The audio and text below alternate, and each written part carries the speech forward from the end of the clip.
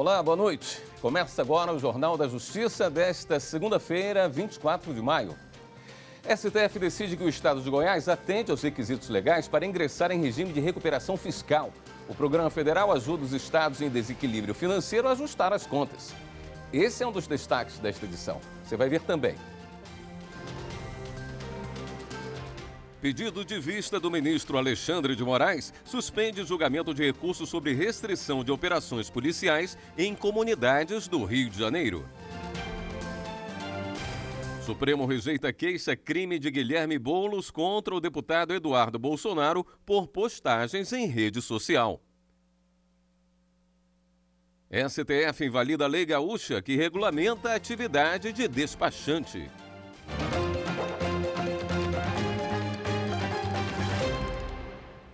Por unanimidade, o plenário do Supremo Tribunal Federal determinou que o Estado de Goiás tem direito de entrar no regime de recuperação fiscal.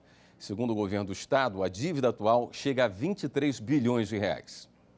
O Estado de Goiás justificou que, ao longo dos últimos anos, firmou vários contratos de financiamento com bancos públicos federais para obras de infraestrutura e saneamento financeiro de empresas estatais. As parcelas vinham sendo pagas regularmente até que, em maio de 2019, a situação ficou insustentável. Não seria mais possível bancar o pagamento dos empréstimos, sem que houvesse comprometimento de serviços essenciais. Foi quando o governo estadual decretou situação de calamidade financeira. Apontou que, naquele ano, a dívida consolidada estava em quase 25 bilhões de reais. Nas ações, o Estado contestou bloqueios da União de receitas depositadas na conta do Tesouro Estadual e a suspensão de transferências constitucionais. O caso chegou ao Supremo Tribunal Federal. Em julgamento no plenário virtual, o relator ministro Gilmar Mendes votou pela procedência em parte dos pedidos de todas as ações movidas pelo Estado, para que Goiás possa refinanciar a dívida e entrar no regime de recuperação fiscal, programa que ajuda os estados em desequilíbrio financeiro. No voto, o relator destacou que é preciso ajudar o Estado antes que ele entre em falência e comparou com o atendimento a um doente, escreveu o ministro. Guardadas as devidas proporções, fere a proporcionalidade e a razoabilidade deixar para auxiliar aquele que está na enfermaria, à espera de socorro apenas quando estiver na UTI. Em total contrassenso, seria como se a União dissesse aos entes subnacionais piorem seu quadro fiscal, ainda mais para que possam fazer jus às vantagens legais. Ou está claro que as contas estão incontroláveis no exercício atual, mas vamos esperar o ano seguinte, momento em que, segundo a lei, você terá direito ao regime de recuperação fiscal. Todos os demais ministros seguiram o voto do relator. Com isso, o Estado de Goiás tem 30 dias para pedir que o governo federal suspenda o pagamento das dívidas, a execução de garantias e a inscrição do Estado no cadastro de inadimplentes até que seja definida a adesão de Goiás ao regime de recuperação fiscal. Também no plenário virtual, o Supremo rejeitou a queixa-crime feita por Guilherme Boulos, do PSOL, contra o deputado Eduardo Bolsonaro por calúnia e difamação em postagens no Twitter. O texto postado na rede social se referia ao desabamento de um prédio no centro de São Paulo em maio de 2018. Eduardo Bolsonaro acusou integrantes do Movimento dos Trabalhadores Sem Teto de invadirem o edifício e cobrar aluguel dos moradores. Boulos, coordenador do MTST, entrou com ação no Supremo naquele mesmo ano. O caso foi analisado pelo plenário virtual. O relator, ministro Marco Aurélio, votou por não receber a queixa-crime. De acordo com o decano, o fato de a declaração ter sido publicada no Twitter, fora das dependências do Congresso Nacional, não afasta a imunidade parlamentar prevista na Constituição. Eduardo Bolsonaro também não citou nominalmente Boulos e, por isso, os ministros entenderam que não seria possível enquadrar a conduta em crimes de calúnia e de difamação. O ministro Marco Aurélio destacou ainda que o fato de figurar como coordenador do Movimento dos Trabalhadores Sem Teto não o qualifica como vítima e não lhe confere legitimidade para, em nome próprio, ingressar com queixa-crime, uma vez não destinatário das manifestações. Também afirmou que as postagens refletem um contexto de antagonismo político, encerrando crítica ao movimento social e às posições ideológicas do autor. Ainda que grosseiras, tem-se o nexo com o exercício do mandato, estando coberta pela imunidade parlamentar. O relator propôs que Boulos teria que pagar R$10 mil pelos honorários, mas o voto vencedor foi o do ministro Edson Fachin, que estabeleceu o valor de R$2 mil. E em votação unânime, o Supremo invalidou a lei do Rio Grande do Sul que regulamenta a atividade de despachante. A consultora jurídica Karina Zgolotto comenta essa decisão para a gente. Olá, boa noite. Os ministros, por unanimidade, no plenário virtual em sessão que foi finalizada no último dia 14 de maio, declararam a inconstitucionalidade de uma lei de 2014 do estado do Rio Grande do Sul que regulamentava a profissão de despachante junto ao Detran naquele estado. Segundo a Confederação Nacional do Comércio, autora dessa ação direta de inconstitucionalidade, a legislação estadual impunha condições e requisitos excessivos para o exercício dessa profissão de despachante, como, por exemplo, a necessidade de forma empresarial e credenciamento junto ao órgão do Detran, além de habilitação em curso especial e também a imposição de sanções, impedimentos e até o pagamento de uma taxa anual. A relatora, a ministra Rosa Weber, acatou os argumentos trazidos pela autora de que teria sim havido usurpação da competência privativa da União para legislar sobre condições de exercícios da profissão, conforme determina a Constituição, e lembrou que a própria legislação estadual estabelece um regime jurídico próprio dos despachantes, o que seria violador de uma lei de caráter nacional que já regulamenta o tema. A ministra lembrou que em 2002 foi editada uma norma que reconhece a autonomia dos despachantes e veda a eles apenas a realização de atos privativos de outras profissões e que, nesse sentido, a matéria deveria ser regulamentada e disciplinada por uma lei de âmbito nacional e não como fez o estado do Rio Grande do Sul, tendo havido, portanto, uma intervenção legislativa indevida na matéria, passível de declaração de inconstitucionalidade. Por votação unânime, então, os ministros invalidaram essa legislação no estado do Rio Grande do Sul. Outras informações e decisões do Supremo Tribunal Federal você acompanha aqui na TV Justiça. E a análise de recurso do PSB sobre decisão do Supremo que determinou a restrição de operações policiais em comunidades do Rio de Janeiro durante a pandemia foi interrompido. O julgamento no plenário virtual começou na sexta-feira e foi suspenso hoje por pedido de vista do ministro Alexandre de Moraes. Até então, o único a se manifestar foi o ministro Edson Fachin. O relator do caso na corte votou para determinar que diversas medidas ao estado do Rio para reduzir a letalidade das operações. Entre elas, a instalação de equipamentos de GPS e sistemas de gravação de áudio e vídeo nas viaturas policiais e nas fardas dos agentes de segurança. Fachin também votou para que o Ministério Público Federal investigue possíveis irregularidades em ações policiais, inclusive no recente episódio na comunidade Jacarezinho, onde morreram 28 pessoas no dia 6 deste mês. E veja a seguir, Superior Tribunal de Justiça suspende inquérito contra a médica acusada de ofender Bolsonaro com mensagens sobre facada. Depois do intervalo.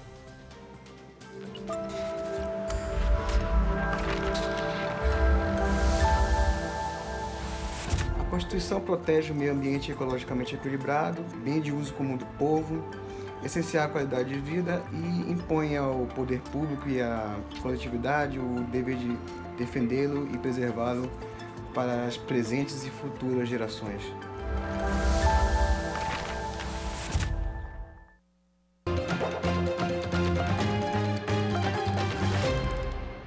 O Superior Tribunal de Justiça suspendeu o inquérito contra a médica acusada de ofender Bolsonaro com mensagens sobre facada que o presidente sofreu durante a campanha eleitoral de 2018. O desembargador convocado Olindo Menezes, do STJ, deferiu liminar em habeas corpus para suspender o inquérito policial aberto contra uma médica que, em suas redes sociais, publicou a frase "inferno de facada maldada". A gente não tem um dia de sossego nesse país. De acordo com o desembargador convocado, não há evidências de que a médica tenha pretendido ofender a honra do presidente, pois a publicação trazia uma expressão que ele classificou como inadequada, inoportuna e infeliz, mas que, à primeira vista, não basta para servir de fundamento a uma acusação criminal. A publicação nas redes sociais foi feita pela médica em outubro do ano passado. O inquérito foi aberto pela Polícia Federal por determinação do Ministério da Justiça, sob a alegação de que a afirmação traria conteúdo grave e ofenderia diretamente a honra do presidente da República.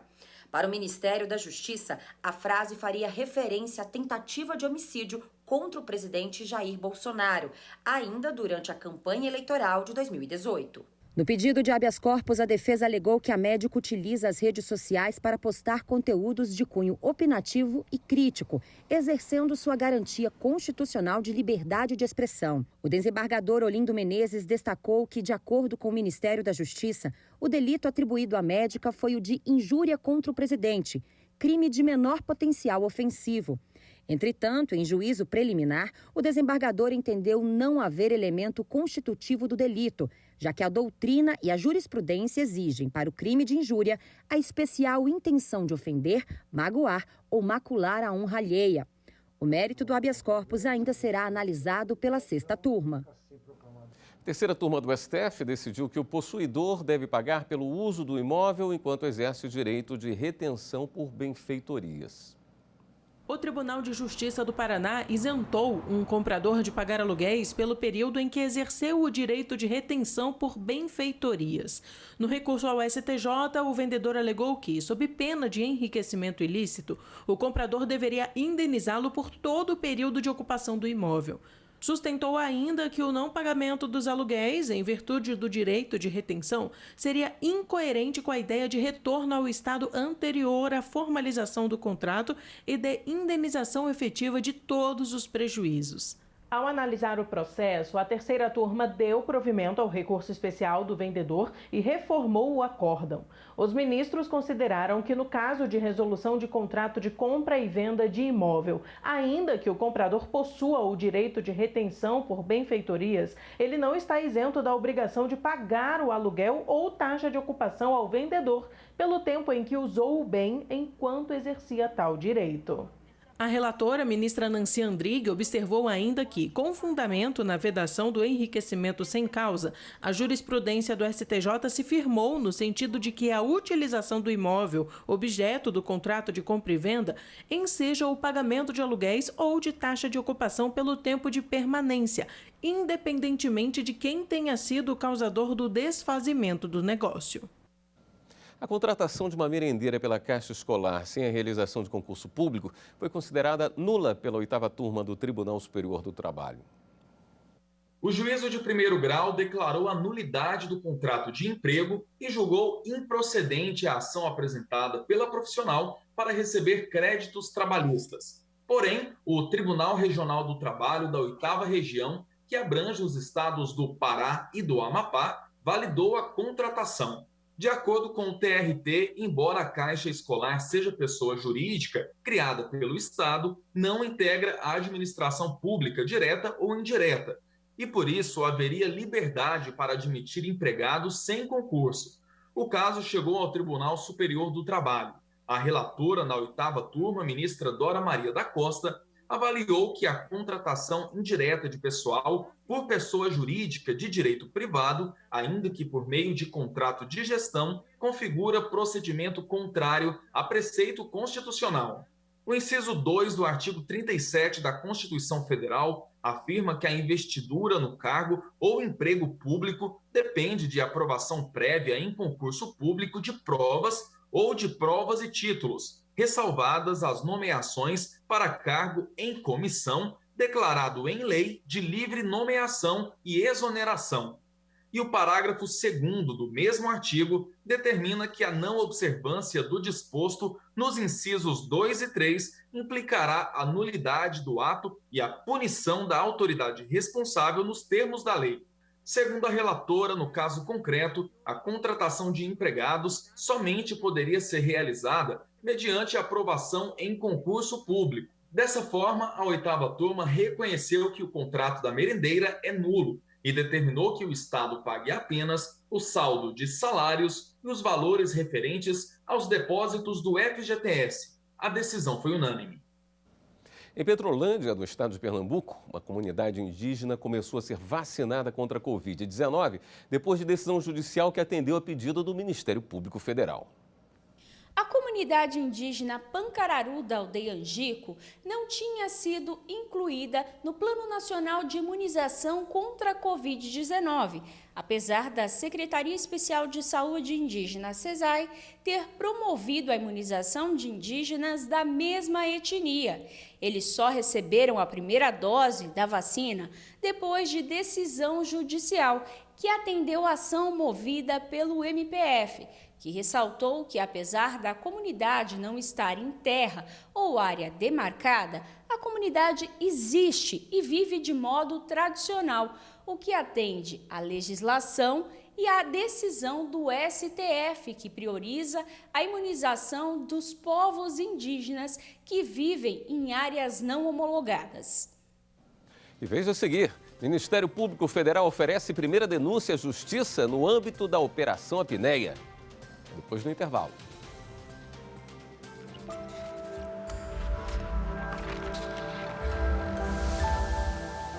A Constituição é um instrumento jurídico-político que instituiu o Estado Democrático de Direito.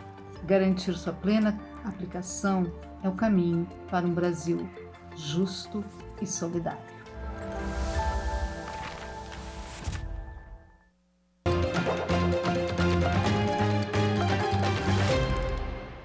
O Ministério Público Federal em Pernambuco denunciou 6 pessoas à Justiça por suposto desvio de recursos na contratação de empresa para o fornecimento de respiradores durante a pandemia de Covid-19. A denúncia é a primeira oferecida em decorrência da Operação Apneia, deflagrada em maio do ano passado. São alvos da ação o ex-secretário de Saúde do Recife, o ex-diretor executivo de Administração e Finanças da Secretaria de Saúde do município e o ex-gerente de conservação da rede da Secretaria de Saúde do Recife. Os denunciados são acusados da prática dos crimes de dispensa indevida de licitação, peculato e crime contra a ordem tributária. Embora tenha sido viabilizado o pagamento de 50 unidades do ventilador pulmonar, constatou-se que só foram adquiridos e posteriormente devolvidos 35 equipamentos. O MPF também pede que a Justiça Federal decrete a perda de eventual cargo público exercido pelos denunciados, bem como o pagamento de indenização para reparação dos danos morais e patrimoniais causados. A 4ª turma do Tribunal Regional Federal da Primeira Região, com sede em Brasília, manteve a condenação de uma mulher presa por falsificar receitas médicas. O objetivo da fraude era enviar remédios para emagrecer, de uso controlado, a uma amiga que mora no exterior. Com o argumento de que não tem condições financeiras, a acusada recorreu da sentença que a condenou a 1 ano de reclusão em regime inicial aberto, mais o pagamento de multa. Ao julgar o caso, o relator, desembargador federal Neviton Guedes, entendeu que ficou comprovado que a mulher, apesar de reconhecer que falsificou documentos para comprar o medicamento, não sabia que enviá-lo para fora do Brasil era crime. Com isso, o magistrado acatou parcialmente o recurso da acusada e aplicou a pena de prestação pecuniária no valor de 2 salários mínimos. E até o próximo dia 26, o Tribunal Regional Federal da Primeira Região passa por inspeção da Corregedoria Geral da Justiça Federal. O procedimento é realizado periodicamente nos TRFs. Por causa das medidas de distanciamento social, a inspeção ocorre por via remota.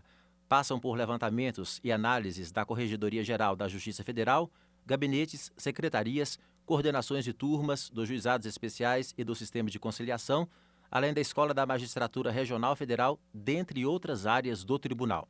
Desembargadores federais das 2ª, 3ª, 4ª e 5ª regiões, além de um juiz federal do Rio Grande do Norte, foram designados pelo Corregedor-Geral da Justiça Federal, ministro Jorge Mussi, para realizarem os trabalhos de inspeção aqui no TRF1. Além do juiz João Batista Lazari, está na coordenação das atividades a juíza federal Daniela Pereira Madeira. Ao final dos trabalhos, espera-se, como em todas as correções, a apresentação de um relatório com indicativos que ajudem no aprimoramento dos serviços prestados pela Corte, tanto no âmbito da prestação jurisdicional, quanto na gestão dos recursos humanos e materiais. Uma campanha da Associação Mato Grossense de Magistrados distribuiu alimentos e produtos de limpeza para famílias de Várzea Grande, na região metropolitana de Cuiabá, que estão passando por dificuldades durante a pandemia. A fila em busca de alimentos e o esforço em levar tudo para casa revelam a carência das famílias do bairro São Mateus, em Várzea Grande. Mães com filhos no colo, idosos e crianças, todos impactados pela pandemia da Covid-19 e precisando muito de ajuda. E essa cesta com certeza veio numa boa hora, né? Que o alimento sempre é bem-vindo na vida das famílias. Essa cesta vai ajudar muito lá em casa, que eu tenho 7 filhos, eu preciso ajudar muito lá em casa. Lá em casa somos 7, por causa dos meus filhos, são 6 crianças, mas essa pequenininha aqui vai estar ajudando bastante lá em casa. A próxima refeição já está garantida. O socorro veio da Associação Mato Grossense de Magistrados, com a campanha Unir para Compartilhar. Só nesta ação aqui no bairro, 250 cestas básicas e produtos de higiene foram distribuídos à comunidade. Prova de que o judiciário é também solidário. Esse é um novo formato, né? Uma justiça inclusiva, uma justiça que busca o social, que faz a sua parte em todos os sentidos, não só na prestação da tutela jurisdicional. E por isso nós agradecemos os parceiros, os empresários que estão nos ajudando. Com a entrega de hoje aqui nesse bairro São Mateus, em Várzea Grande, nós estamos concluindo quase 1.000 cestas básicas entregues. E esse trabalho não vai parar. Nós continuaremos o mês que vem e o outro mês até o final. Se Deus quiser, até o final da pandemia, nós continuaremos ajudando e levando um pouco de álcool em gel, máscaras e alimentos para a população menos favorecida, mais carente. A pandemia da Covid-19 fez subir a procura por testamentos e seguros de vida. Famílias que querem facilitar o processo de sucessão de bens e deixar com alguma segurança, algum patrimônio para os herdeiros no atual cenário do país. Meu pai perdeu a batalha para a Covid-19 e com essa situação eu e meu marido ficamos muito alertas e preocupados em como a gente poderia cuidar ou resguardar melhor os nossos filhos caso aconteça alguma coisa com a gente. Nós contratamos um seguro de vida para os nossos filhos para tentar resguardar da melhor forma possível nesse tipo de situação. Com o avanço da Covid-19 no Brasil, atitudes como a da Bruna cresceram 11%. Em 2020, o mercado de seguros de vida movimentou quase 20 bilhões de reais em contratos, segundo a Superintendência de Seguros Privados. Deixar claro como vai ser a partilha de bens tem feito parte do planejamento dos brasileiros. Com a pandemia do coronavírus, o sinal de alerta para muitos se acendeu com mais intensidade. De acordo com dados do Colégio Notarial do Brasil, só em dezembro do ano passado foram registrados mais de 3.500 pedidos de testamentos. No Rio de Janeiro, no maior cartório de notas do estado, houve um aumento de 121% nos primeiros 3 meses deste ano em relação a 2020. Esta mulher, que preferiu não se identificar, foi uma das pessoas que já se adiantaram. Com a pandemia, e eu vendo várias pessoas jovens morrerem de uma hora para outra, eu resolvi buscar informações e fazer o testamento. Eu achava que fazer um testamento seria algo muito complexo, mas até que não foi. Foi um processo muito simples, eu só precisei apresentar os documentos e levar 2 testemunhas. Para fazer um testamento não é necessário ter grandes fortunas. Basta procurar um cartório e dizer o percentual do patrimônio que quer deixar para cada pessoa.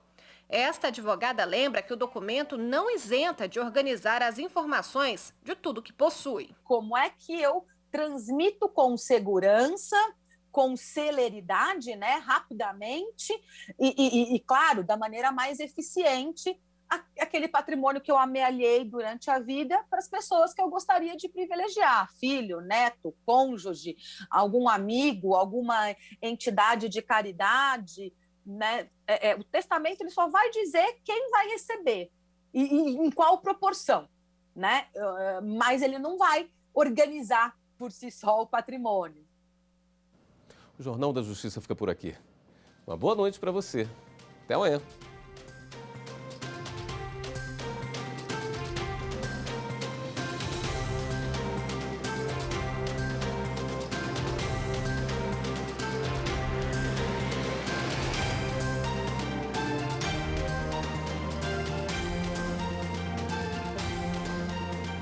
Tchau.